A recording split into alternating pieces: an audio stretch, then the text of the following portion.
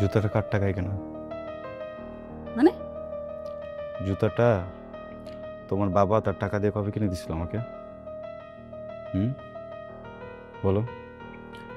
মসজিদ থেকে এই রোদের ভিতরে হাঁটতে হাঁটতে বাসায় আসছি, জানো কনস্ট্রাকশনের কাজ চলতেছে রাস্তার ভিতরে, তার মানে ইটের গুঁড়া, পাথরের গুঁড়া সব কিছু ওখানে আছে, লোহা আছে। একটাবার জিজ্ঞেস করছো পায়ের কি অবস্থা?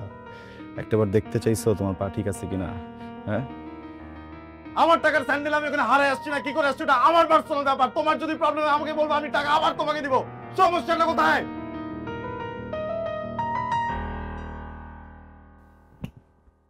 কি আমার কথা কান দিয়ে যাচ্ছে না?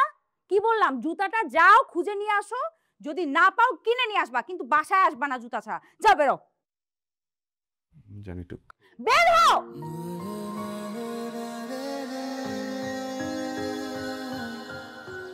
আয়নার বড় হওয়াটা এইভাবে ছিল না।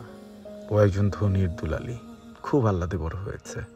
এক বাবার এক মেয়ে তো, বোঝেন তাহলে কতটা ভালোবাসা পেয়ে বড় হয়েছে।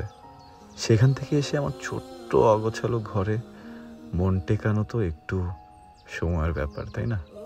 আর প্রেমে পড়লে মানুষ অনেক কিছুই নাকি করতে পারে।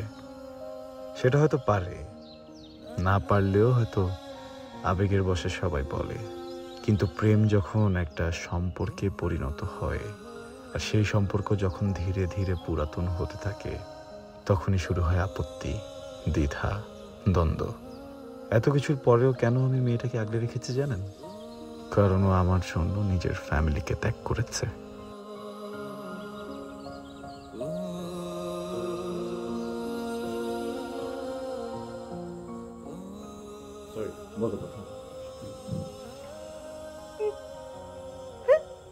এই এভাবে কিসে? হ্যাঁ আনা, এটা কি হয়েছে তোমার? হ্যাঁ, এই কি হয়েছে?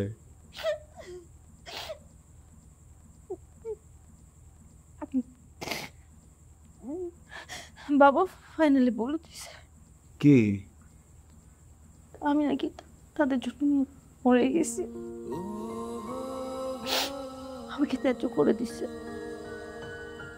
বাসার কেউ আমার সাথে কোনো যোগাযোগ করতে পারে না। আমি কোনো যোগাযোগ করলে মায়ের সাথে মাকেও ছেড়ে চলেছে।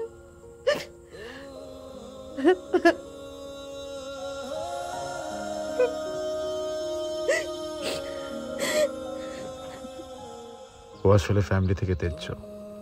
আমাকে বিয়ে করার জন্য ওর বাবা ওকে ত্যায্য করেছে।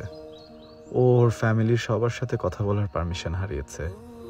একা একটা মানুষ সারা দিন বাসার মধ্যে থাকে, কথা বলারও কেউ নেই। আমি নিজেই তো ফোনে তেমন একটা সময় দিতে পারি না। ও কিন্তু এমন ছিল না। ওর খারাপ আচরণগুলো আমি মুখ বুঝে মেনে নেই, মেনে নেব, সব সময় নেব। এখন আমিও যদি ওর সাথে খারাপ আচরণ করি, তাহলে মেয়েটা কোথায় যাবে বলুন? আমি ছাড়া ওর কেই বা আছে? আমি জানি ও একদিন আবারও আগের মতো হয়ে যাবে, আমাকে আগের মতো ভালোবাসবে। আর ছোটবেলা থেকে তো শুনেই বড় হয়েছি, ধৈর্য, ধৈর্য। আপডেট কিছু হলো?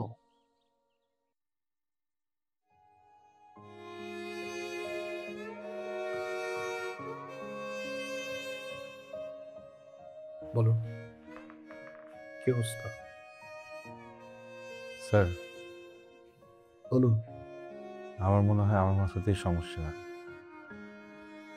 আয়না একদম ঠিক আছে।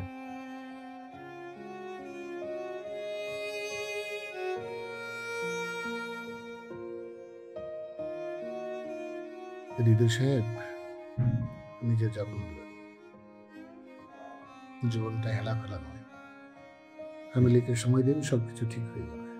আপনারা ভালো থাকেন, সুস্থ থাকেন, সেটাই আমার কামনা। আশা করি আপনি বুঝতে পেরেছেন।